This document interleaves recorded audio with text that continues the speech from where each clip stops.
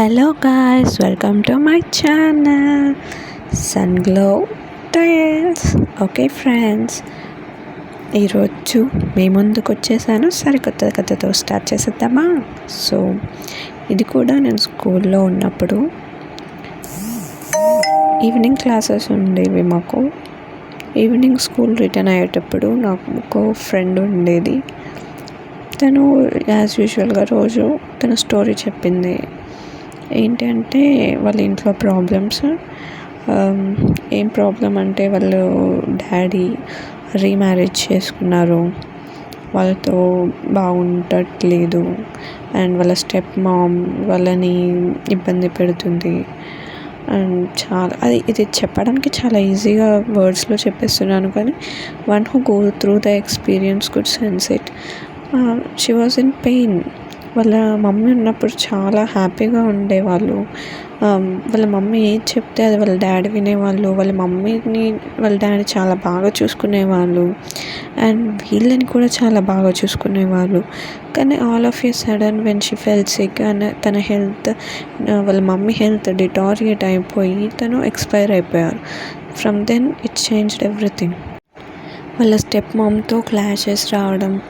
So తను ఒక stage తర్వాత తను తట్టుకోలేకపోయింది. ఆల్మోస్ట్ సూసైడ్ అటెంప్ట్ చేద్దాం అనుకున్నాను, కానీ మా చెల్లి గుర్తొచ్చి ఆగిపోయాను అని. దెన్ తనని నవ్వించడానికి, నువ్వు బంగ్లో పై నుంచి తిరిగితే మహా అయితే కాలు చేతులు విరుగుతాయని, కానీ చనిపోతారా అంటే నవ్వేసింది. కానీ డీప్ ఇన్సైడ్ అప్పుడు తనని నవ్వించడానికి చెప్పాను, కానీ I could sense her pain. అప్పటికి నేను వెంకటేశ్వర స్వామి నా లైఫ్లోకి వచ్చారు, ప్రదక్షిణలు చేసేదాన్ని. అప్పుడు కూడా అనుకున్నాను, స్వామి వీళ్ళ ఫ్యామిలీ మొత్తం, వాళ్ళ సిస్టర్స్ అందరూ హ్యాపీగా ఉండనివ్వు, నేను 108 ప్రదక్షిణలు చేస్తాను. అండ్ నేను ప్రదక్షిణ చేసే టెంపుల్ చాలా పెద్దది. 108 ప్రదక్షిణ చేయాలి అంటే 2.5 hours పడుతుంది.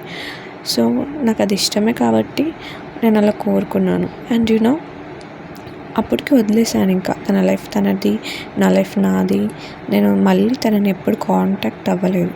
ఆఫ్టర్ సో లాంగ్ ఇయర్స్, ఇన్ని ఇయర్స్ అయిపోయింది, ఆల్మోస్ట్ 12 years అయిపోయిన తర్వాత నాకు ఒక కళ వచ్చింది, దట్ దే ఆర్ హ్యాపీ అని. నా కాన్షియస్నెస్ చెప్తుంది ఇప్పుడు నేను మధ్యలో మర్చిపోయాను, నేను తన గురించి ప్రదక్షిణ చేస్తాను అని మొక్కుకున్నాను అని. బట్ కళలో దే ఆర్ హ్యాపీ అని వచ్చింది. సడన్గా క్లిక్ అయింది, నువ్వు అప్పుడు మొక్కుకున్నావు ప్రదక్షిణ చేస్తా అని. సో ఇమీడియట్గా యాజ్ సూన్ యాజ్ పాసిబుల్ వెళ్ళి చేశాను. బ్యూటిఫుల్ థింగ్ ఏంటి అంటే, నేను అక్నాలెడ్జ్ చేయలేదు స్వామి నాకు కళలో కనిపించి చెప్పారు అని. అది యాజ్ యూజువల్ నార్మల్గానే అనిపించి వాళ్ళు హ్యాపీగా ఉన్నట్టున్నారు అని నేను మళ్ళీ కనుక్కోలేదు. వెళ్ళి ప్రదక్షిణ చేశాను, బాగుంది. సో మళ్ళీ సెకండ్ టైం చేశాను. సెకండ్ టైం తన గురించి కాదు, నార్మల్గా చేశాను. అప్పుడు ఒక డిఫరెంట్ ఫీలింగ్. ఏంటి అంటే, 108 ప్రదక్షిణలు చేసి వచ్చి స్వామి ముందు నిలబడగానే బ్లడ్ ఫ్లో జమ్మని పైకి, ఏదో పవర్ నా కాళ్ళలోంచి పైకి వచ్చిన ఫీలింగ్ వచ్చింది. నేను అంతకుముందు 2-3 times చేసినా కూడా ఎప్పుడు ఇది రాలేదు. అది కూడా నార్మలే అనుకున్నా, అప్పుడు కూడా అక్నాలెడ్జ్ చేయలేదు. ఎప్పుడంటే మళ్ళీ నేను మా ఒక ఫ్రెండ్తో ఈ టాపిక్ డిస్కస్ చేస్తున్నప్పుడు ఈ ఇన్సిడెంట్స్ జరిగాయి. ఏమో స్వామి నేను ఏం చెప్పినా వింటలేడు, నా పెయిన్ అలాగే ఉంది, నేను చెప్పేదేమి స్వామి వింటలేడు అని అంటే తను ఒక మాట అన్నది, దట్ ఇగ్నైటెడ్ మై మైండ్.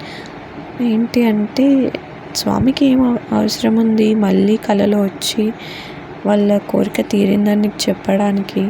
చెప్పాడు అంటే వింటున్నాడనే కదా, వింటున్నాడంటే నీకోసం నిలబడతాడనే కదా. Wow, I really love you swami. నేను అసలు నాకు నార్మల్ ఇన్ని ఇయర్స్కి యు ఆర్ మై ఫ్రెండ్ అని అన్కాన్షియస్గా అది ఉండిపోయిందేమో. నువ్వు మాట్లాడడంని నేను గ్రాంటెడ్గా తీసుకున్నాను. Really it's a big thing. అస్సలు అవసరం లేదు నువ్వు నాకు కళలో వచ్చి చెప్పడానికి.